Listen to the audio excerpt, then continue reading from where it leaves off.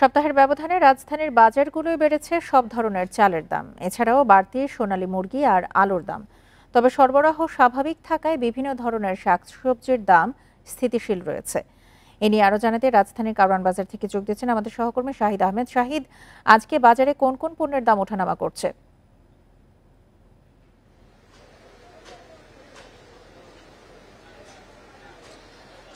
তমা, আপনার সাথে কথা বলার আগে আমি মূল বিষয়টা জানিয়ে রাখি।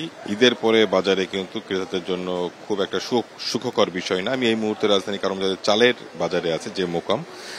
প্রথমে আপনাকে বলে যে ঈদের দীর্ঘ ছুটি কাটিয়ে মানুষ যখন সবাই ঢাকাতে আবার ফিরে এসেছে এবং পরিবারের জন্য বাজার করতে আসছে, তাদের কিন্তু প্রথমত চালের যে বাড়তি দাম এটা নিয়ে মানুষকে অস্বস্তি বাড়াচ্ছে। কয়েকজন এখানে যারা ভোক্তা সাধারণ আছে, যারা ক্রেতা, তাদের সাথে কথা হয়েছিল। তারা যেটা বলছিল যে ঈদে তারা পরিবার নিয়ে বাড়িতে গিয়েছিল, হাতে তাদের যে টাকা ছিল সেগুলো তারা অনেকাংশে খরচ হয়ে গেছে। এই অবস্থায় ঈদের একটা উৎসব কাটিয়ে এসে ঢাকাতে এসে তারা দেখলো যে চালের দামটা ঈদের আগে এবং ঈদের পরের তুলনায় বাড়তি, সুতরাং তাদের জন্য একটি বাড়তি চাপ অনুভব হচ্ছে। আমি যদি দামের বিষয়টা বলা হয়, সেক্ষেত্রে সপ্তাহের ব্যবধানে যদি ধরি, মোটা এবং সরু উভয় চালের দাম বেড়েছে।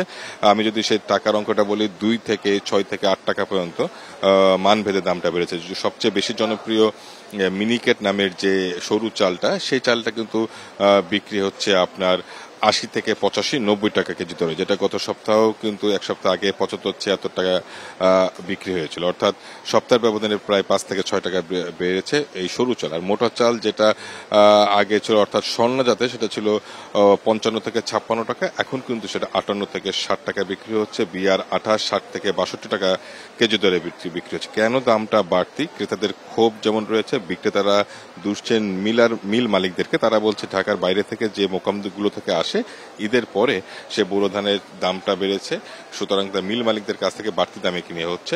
আর ভোক্তারা এই বিষয়ে সরকারের নজরদারি তাগিদ দিয়েছেন, যদিও ঈদের পরে এখনো তেমন বাজার তদারকি আমাদের চোখে পড়ে নাই। এর পাশাপাশি যদি বলা হয়, ব্রয়লার মুরগি, সোনালী মুরগির দামটা বেড়েছে। ঈদের আগে যেমন ছিল তার থেকে এই সপ্তাহে কিন্তু 20 থেকে 30 টাকা বৃদ্ধি পেয়েছে।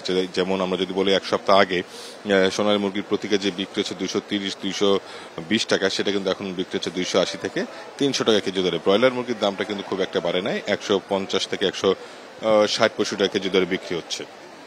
কেন দামটা বাড়তি? যারা এখানে মুরগি ব্যবসায়ী তারা যেটা বলছে যে যেহেতু কোরবানি ঈদ, এই জন্য প্রথমে একটু মুরগির চাহিদা কম থাকে, ঈদের পরে এই চাহিদাটা বাড়তে, অর্থাৎ বাড়তি চাহিদাকে পুঁজি করে বাড়তি দামটা নেওয়া হচ্ছে। পাশাপাশি বেশিরভাগ সবজির দামও কিন্তু স্থিতিশীল রয়েছে, মানুষের নাগালে রয়েছে, গড়ে 50 টাকা মধ্যে পাওয়া যাচ্ছে। তবে আলুর দামটি গত সপ্তাহের তুলনায় কেজিতে 5 টাকা বেড়ে 25 টাকা কেজি দরে বিক্রি হচ্ছে। এক কথা যদি আপনাকে বলা হয়, বাজারে সবজির দাম স্বাভাবিক, মুরগি এবং চালের দামটা বাড়তি। এই ছিল রাজধানী বাজার পরিস্থিতি।